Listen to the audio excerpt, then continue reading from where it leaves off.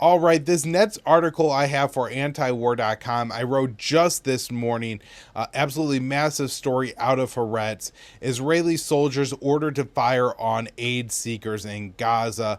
This article from Haaretz was absolutely brutal. It really upset me reading it and hearing what is going on.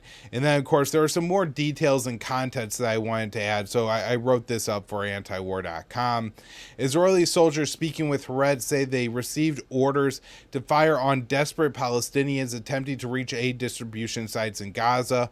Over 550 Palestinians have been killed trying to get aid in the past month. Israeli soldiers in Gaza told Haaretz that the army has deliberately fired at Palestinians near aid distribution sites. The outlet explains conversations with officers and soldiers reveal that commanders ordered troops to shoot at crowds to drive them away or disperse them, even though it was clear they posed no threat. Earlier this week, the Gaza media office reported that 449 Palestinians have been killed and over 4,000 injured since Israel restarted aid distribution near the end of May. The IDF has even fired on Palestinians waiting to receive aid with drones and tanks. One soldier explained to Haaretz it's a killing field. They added that Israeli soldiers fired at Palestinians even though the aid seekers did not present a threat. An officer told the outlet it's neither ethnically nor morally acceptable for people to have to reach or fail to reach a humanitarian zone under tank fire, snipers, and mortar shells. And that's one of the things that they talked about a lot in the article, that they're even using mortars and artillery rounds to fire at the Palestinians. So a doctor in Gaza speaking to NBC News said the aid sites in Gaza, it's a death trap, it's a slaughterhouse. They report receiving dozens of patients daily who are wounded near the aid sites. Haaretz reports that Israeli forces opened fire at Palestinians near aid sites at least 19 times over the past month.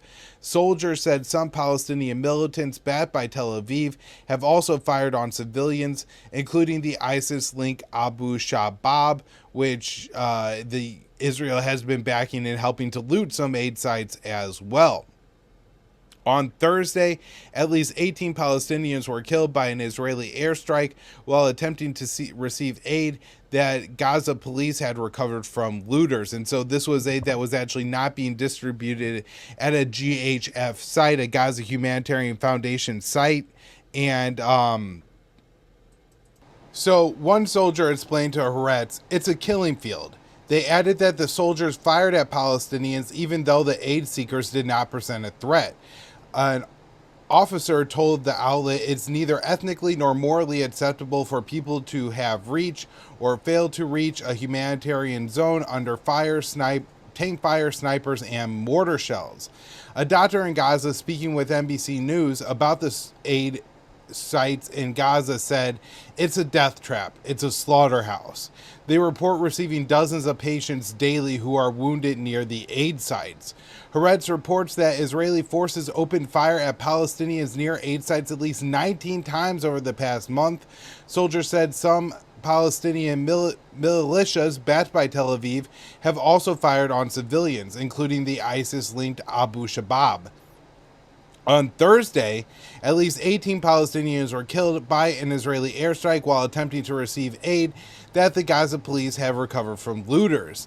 At the beginning of March, Tel Aviv broke a ceasefire and hostage exchange deal with Hamas by cutting off all aid entering the Strip.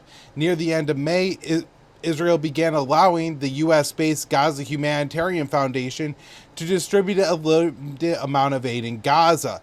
And now I think one of the things that this Haaretz article doesn't explicitly say, but adds a lot of evidence to the claim, that what Israel is trying to do in Gaza right now is essentially provoke the downfall, the collapse of the Palestinian society there. So if you have an area where people are starving under famine, aid groups typically wait until they have not like a massive stockpile of aid. They're not like letting people starve, but they wait until they could flood the area with humanitarian aid. They keep sites open. They make it very accessible. The reason for this is because you end up with stampedes and mobs, looting, people fighting each other, over the food. If you don't, if you know, let's say you have 10,000 people who are starving, the number in Gaza is far higher, but if you had 10,000 people starving and only have food aid for 100 people, then it creates a lot of chaos. And so the GHF is operating in Gaza, intentionally meant to create the situations for the Israeli soldiers to fire on the Palestinians. They don't announce when the aid sites are going to be open. They only keep the aid sites open an hour a day. And so this causes everybody to try to get there at one time. People go early, you know, they line up and wait in line, because if you know there's more products than demand, the first people are going to get them. And so Israel is intentionally creating this chaotic situation to give Israeli soldiers an excuse to open fire on the Palestinians. And this GHF, which is run by a Christian Zionist here in the U.S., who apparently has strong relationship with Benjamin Netanyahu, that's Reverend Johnny Moore, right? And so this guy is clearly, if not maybe a useful idiot of Benjamin Netanyahu, but maybe he's intentionally going along with this ethnic cleansing campaign.